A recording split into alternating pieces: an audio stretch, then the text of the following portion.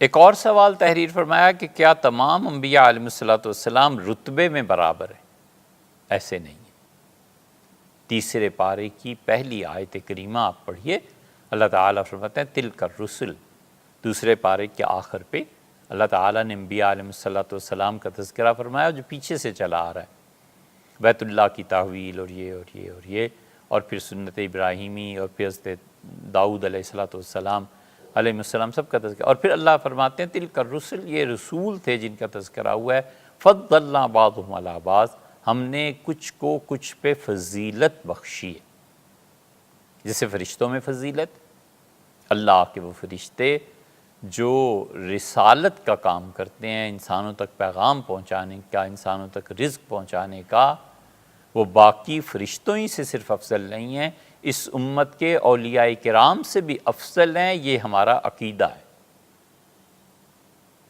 جیسے حضرت جبریل ہیں، میکائیل ہیں، اسرافیل ہیں، عزرائیل ہیں علیہ الصلوۃ والسلام، یہ اس امت کے جتنے بھی اولیاء کرام گزرے ہیں نا، ان سب سے افضل یہ فرشتے ہیں، ہمارے عقیدے کا حصہ ہے۔ ایسے ہی انبیاء علیہ الصلوۃ والسلام جن سے اللہ نے کلام کیا ہے، وہ باقیوں سے افضل ہیں۔ حضرت موسیٰ علیہ الصلوۃ والسلام سے خدا نے کلام کیا ہے، اللہ تعالیٰ نے سیدنا آدم علیہ الصلوۃ والسلام سے کلام کیا ہے، حضرت رسالت مآب صلی اللہ علیہ وسلم سے کلام کیا ہے، یہ باقی انبیاء علیہ الصلوۃ والسلام کی نسبت افضل۔ پھر جن کو اللہ نے کتاب دی ہے اور جن کو کتاب نہیں دی، ان میں جن کو کتاب دی ہے یہ زیادہ افضل ہیں بنسبت اوروں کے، تو اس سے سب کا رتبہ ایک نہیں ہے۔ اس لیے تیسرے پارے میں اللہ تعالیٰ نے وضاحت کر دی۔ چھٹے پارے کے آغاز میں بھی اللہ تعالیٰ نے فرمایا کہ جو لوگ کہتے ہیں کہ نؤمن ببعض ونکفر ببعض، جو یہ کہتے ہیں کہ کچھ نبیوں کو ہم مانتے ہیں اور کچھ کو نہیں مانتے، اللہ تعالیٰ نے صاف فرمایا کہ ان کا اسلام سے کوئی تعلق نہیں ہے، جو کہتے ہیں کچھ نبیوں کو مانتے ہیں اور کچھ کو نہیں مانتے۔ ایمان لانا اور چیز ہے، اور ان کے مراتب اور درجات کا باہمی فرق اور چیز ہے۔ ایمان ہم سب پہ لاتے ہیں، لیکن ہم کہتے ہیں کہ حضرت رسالت پناہ صلی اللہ علیہ وسلم سب سے افضل نبی ہے۔ اللہ تعالیٰ کا کوئی نبی حضور اقدس صلی اللہ علیہ وسلم کے برابر نہیں ہے، لیکن اگرچہ یہ بات بڑے بڑے لوگوں نے لکھی ہے، لیکن انہوں نے تصوف کے غلبے سے لکھی ہے، ہم اس بات کو نہیں مانتے۔ یہ جو کہتے ہیں نا کہ تمام انبیاء علیہ الصلوۃ والسلام کو حضرت رسالت پناہ صلی اللہ علیہ وسلم کی نبوت کے صدقے میں نبوت دی گئی ہے، یہ بڑی خطرناک چیز ہے، ہم اسے نہیں مانتے۔ ہم جانتے ہیں یہ کس کس نے لکھا ہے، اور پورے صفحات کے صفحات لکھے ہیں، لیکن انہیں چاہیے تھا کہ البحر الرائق میں، شامی میں، جہاں کفر اور ایمان کی بحث خاص طور پہ البحر الرائق میں آتی ہے، اسے پڑھتے، اور اس پہ جو شامی نے حواشی لکھے ہیں اسے پڑھتے، تو انہیں پتہ چلتا کہ کتنا خطرناک جملہ ہے۔ عقیدے کے بارے میں، فتوے کے بارے میں، لوگوں کو مسائل بتانے کے بارے میں فقہاء اور مفتی حضرات کہیں بلند مقام پہ ائمہ مجتہدین بنسبت ان کے جن پر تصوف کا غلبہ تھا، اور انہوں نے فقہی معاملات کی عقیدے اور اعمال دونوں میں رعایت نہیں کی، لیکن ان سے ادب کے ساتھ، احترام کے ساتھ ہم کہتے ہیں کہ رحمہم اللہ تعالی، سب پہ خدا رحم کرے۔ دین میں جو ائمہ ہیں نا، جو مجتہدین ہیں اور جو اہل فتویٰ ہیں، ان کی بات ماننی پڑتی، ان کا فیصلہ یہ، قرآن کا فیصلہ یہ کہ انبیاء علیہ الصلوۃ والسلام یہ یقیناً باہمی طور پہ ایک دوسرے سے کم اور زیادہ ہیں۔ اب یہ بات جو اس کے بعد آپ نے تحریر فرمائی ہے کہ یہودی حضرت موسیٰ علیہ الصلوۃ والتسلیم کو اور عیسائی سیدنا مسیح علیہ الصلوۃ والسلام کو افضل مانتے ہیں، اور اپنے آپ کو یہ کہنا کہ میں حضور صلی اللہ علیہ وسلم کا پیروکار ہوں لہٰذا تم سے افضل ہوں، یہ بالکل تکبر میں آتا ہے، بالکل تکبر ہے، نہیں جانا چاہیے اس طرف، اس باب کو ہی نہیں کھولنا چاہیے۔ ہر وہ چیز، ہر وہ نیکی جو انسان میں دعویٰ پیدا کرتی ہے نا، اس کا سر کاٹ دینا چاہیے۔ ہر وہ نیکی جو انسان کو یہ سکھاتی ہے نا کہ تم ہو اور تم فلاں سے اچھے ہو، اس چیپٹر کو فلی کلوزڈ کر دینا چاہیے، کھولے ہی نہیں زندگی بھر۔ بہت سے چیپٹرز ایسے ہیں جو زندگی بھر انسان تصور میں بھی نہیں لا سکتا۔ ایک شریف آدمی شراب پینا، وہ کہتا ہے میرا اس سے کوئی تعلق نہیں ہے، مجھے کیا ضرورت ہے شراب پہ سوچنے کی، پینی ہی نہیں ہے۔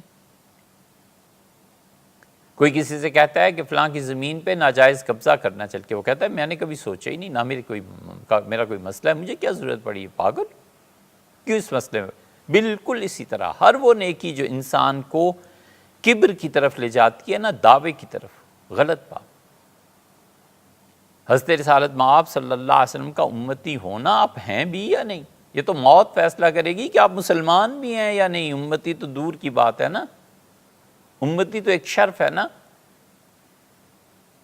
ایک آدمی لا الہ الا اللہ کا اقرار کر کے مرا، اور وہ یہودی حضرت موسیٰ علیہ السلام کے زمانے میں، آج سے ہزاروں سال پہلے، سیدنا مسیح علیہ السلام کے زمانے میں ایک آدمی لا الہ الا اللہ کا اقرار کر کے اس کی وفات ہو گئی۔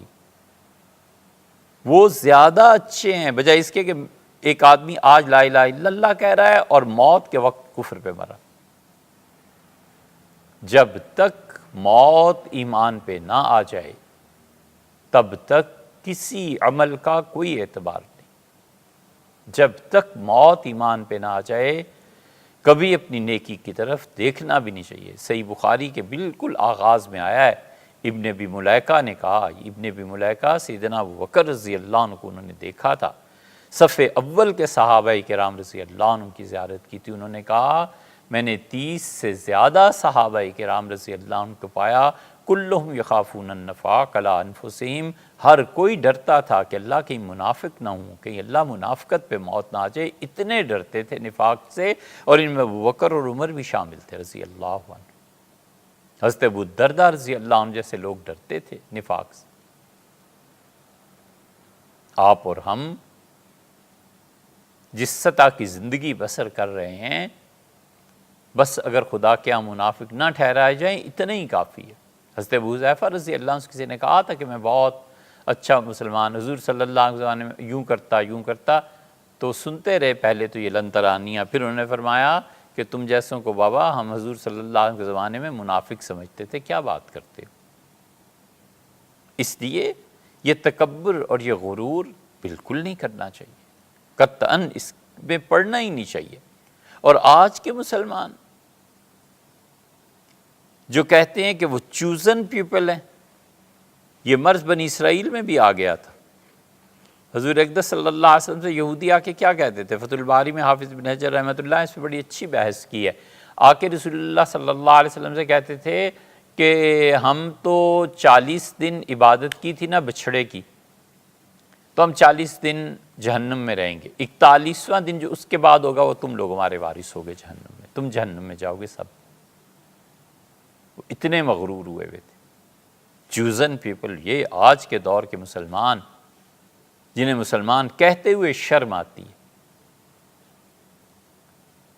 ان کی آپ علمی سطح دیکھیں، کتنا علم ہے مسلمانوں کے پاس اس زمانے میں۔ ہم نے پچھلے 300 سال سے دنیا میں علم میں کس شعبے میں اپنا لوہا بنوایا ہے؟ کہاں ہم نے کوئی ایسی ایجادات، ایسی دنیا کی راحت کی کوئی چیز دی ہے ہم نے؟ پھر کس برتے پہ کہنا کہ حکومت اور سلطنت اور ایسے احمق جنم لیتے ہیں کہ بس یہ سردیاں گزر جائیں تو گرمیوں کی نماز دلی میں پڑھیں گے اور لال مسجد پہ اسلام کا جھنڈا لہرائے گا، سب مردہ بیٹھے ہوئے ہیں آگے اور کوئی تمہیں ریٹیلیٹ کرے گا ہی نہیں۔ ایسے احمق اب پیدا ہو گئے، والعیاذ باللہ۔ علم میں کچھ نہیں دیا، اور وہ ایمان ہی کیا ہے جو اخلاقیات کو پیدا نہ کرے۔ دنیا میں سفاکوں کی فہرست بنائی جائے۔ سفاک آپ سمجھتے ہیں؟ حجاج بن یوسف کو اس لیے سفاک کہتے تھے کہ اس زمانے کا سب سے بڑا خون بہانے والا سنگ دل آدمی یہی تھا۔ تو ٹاپ کے جو سنگ دل اور سفاک ہوں گے، یہ مسلمانوں میں مذہبی طبقہ بنے گا۔ ان کے سینے میں دل نہیں ہے، دوسروں کو کافر قرار دیتے ہوئے، دوسروں کی عزت سے کھیلتے ہوئے، دوسروں کے خون بہانے میں اور ذبح کرنے میں اس وقت مسلمانوں کے مذہبی طبقے سے زیادہ کون سا ہے؟ سفاک ہیں، یہ چوزن پیپل ہوتے ہیں۔ اللہ تعالیٰ نے سورہ فرقان کے آخر پہ، پھر اللہ تعالیٰ نے سورہ مومنون میں، پھر اللہ تعالیٰ نے سورہ معارج میں، زاریات میں، یہ 4-5 مقامات ایسے ہیں جہاں پہ مومن کی صفت بیان کی ہے کہ وہ ہوتا کیا ہے، عباد الرحمن الذین، اور اللہ کے بندے تو ایسے ہوتے ہیں، ایسے ہوتے ہیں، ایسے ہوتے ہیں، کانوا قلیلا من اللیل ما یہجعون، رات کو بہت تھوڑا سوتے ہیں، سجدا و قیاما، رات بھر اللہ کے سامنے سجدے میں رہتے ہیں، اللہ کے سامنے کھڑے رہتے ہیں۔ اللہ نے یہ صفات بیان کی ہیں۔ ہم ایسے مسلمان اب رہ گئے ہیں، اللہ کے سامنے کھڑا ہونا تو بھیا درکنار، ہمارے تو کبھی زندگی میں ایک قاعدہ ایسا نہیں ہے، نماز کے آخر پہ بیٹھنا ایک قاعدہ ایسا نہیں ہے جو آدھے گھنٹے پہ ہو، کہ ہم نے درود شریف کے بعد بیٹھ کے کبھی اطمینان سے سلام سے پہلے کبھی دعائیں اتنی لمبی مانگی ہوں کہ پتہ چلے 15 منٹ ہو گئے میں اللہ سے دعا مانگ رہا ہوں۔ ہم کہاں کے ہیں؟ غنیمت ہے کہ اللہ منافقوں میں شمار نہ فرمائے۔ اس لیے انبیاء علیہ الصلوۃ والسلام کی امتوں میں ہونے سے یہ باتیں اتنی اہم نہیں ہیں، جتنی اہم بات یہ ہے کہ میں اس وقت ہوں کیا، کر کیا رہا ہوں۔